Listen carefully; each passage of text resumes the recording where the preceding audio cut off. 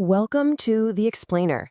Today, we're going to dig into one of the most exciting and maybe one of the most misunderstood concepts in all of personal finance: passive income. It's this idea that gets tossed around everywhere, promising a life of total freedom and ease.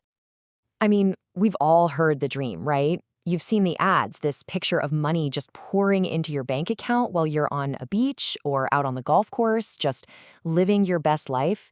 It's a really, really powerful image. But what does it actually take to get there? Is it really passive, or is there a hidden price tag, a cost in effort, in knowledge, and in risk? Well, in this explainer, we're going to peel back all those layers and find out what's really going on. Okay, so the very first reality check our sources give us is this. This whole thing isn't about luck. It's not about stumbling into a pile of money. It is all about having a plan. It's funny, right? Some people spend more time planning a vacation than they do planning their entire financial life. To build something that lasts, you've got to have a blueprint. You see, the real goal here isn't just this vague idea of passive income. No, it's something much more specific, something you can actually measure. It's called financial independence. And it's not about being rich with a huge net worth. It's about being free. And honestly, it all boils down to this one simple but incredibly powerful equation. When the money or assets are generating every single month is more than what you need to live on, well, you're free. You've done it. The whole game, the entire strategy, is just about getting the left side of this equation to be bigger than the right side.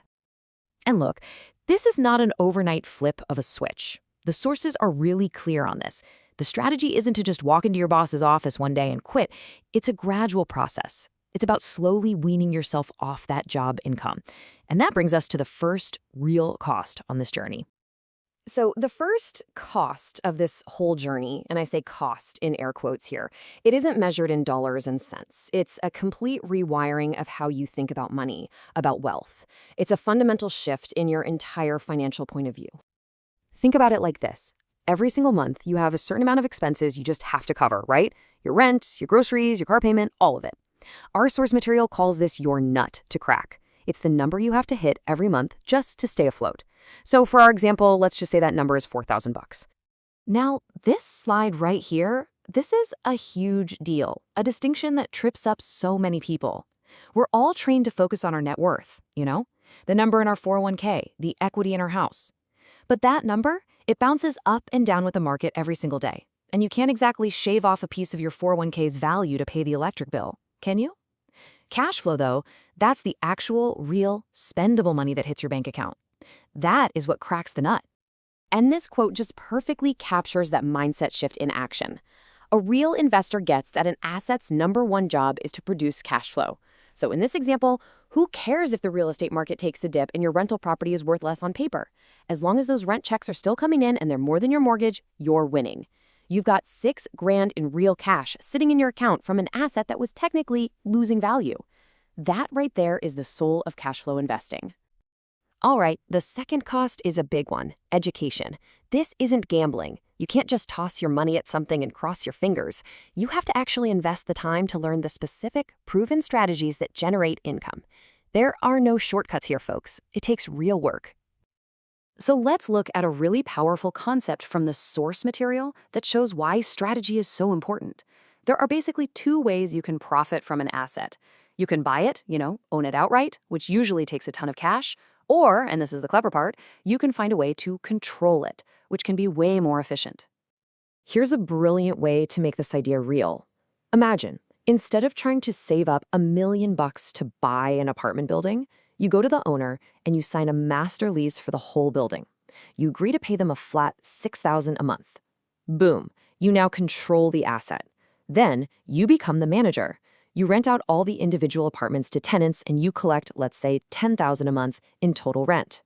That difference, $4,000 a month, is pure cash flow in your pocket. You never owned the building, but you created an income stream from it. And believe it or not, this exact same principle, controlling something without owning it, it's what's behind some of the more sophisticated strategies in the stock market. Like with options, you're not buying the stock. You're controlling the right to buy or sell it for a certain amount of time. You're basically renting the stock's potential. The whole game is buying that time in bulk at a wholesale price and then selling it off in smaller monthly pieces at a retail price. You're profiting from that difference. It's the same idea as the apartment building, just in a different sandbox. And that brings us to the third and final cost, which is maybe the toughest one. It's both emotional and financial. It's the discipline to understand and manage risk. Let's be really clear. There is no reward in investing without risk. Period.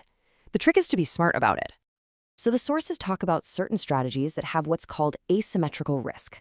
Now, what that means is that your potential reward on any one trade is pretty small, but your probability of winning that trade is super high. And these strategies, oh, they are so tempting. They're seductive because you feel like you're winning almost all the time. But you have to look at the cold, hard math behind that good feeling.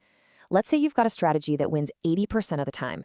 You make 5 trades, 4 of them are winners, and you bank $50 on each one. Awesome. You're up $200, feeling like a genius. But then that one loss hits that 20% chance and it costs you $450. All of a sudden, you've wiped out all your gains and then some. You're actually in the hole. That is the brutal reality you have to be ready for. So here's the absolute key takeaway. Professional investing, it isn't about being right all the time. It's not even about trying to avoid losses. It's about having a system and the discipline to stick to it so that over the long haul, your wins are just bigger than your losses. It's about making sure no single loss can ever knock you out of the game. So after looking at the mindset shift, the need for deep knowledge, and the discipline to manage risk, what's the bottom line? What is the real all-in price of becoming financially independent? Well, it's not a single check you write. It's an ongoing investment of your time and your energy in these 3 key areas. First, that mindset shift to focus on what actually pays the bills, cash flow. Second, a real investment in your own education, because you can't win a game if you don't know the rules. And third, the emotional discipline to manage risk and play the long game. So how do you actually start this journey? You don't try to get rich overnight. The advice is to start small. Just focus on one thing, making your very first $10 from something that isn't your job. That first $10, it's not about the money. It's proof. It proves to yourself that it can be done. Then you work to turn that into $100 a month, then $1,000. Every single dollar you earn from an asset is one less dollar you need from your job. You're literally building your freedom, dollar by dollar.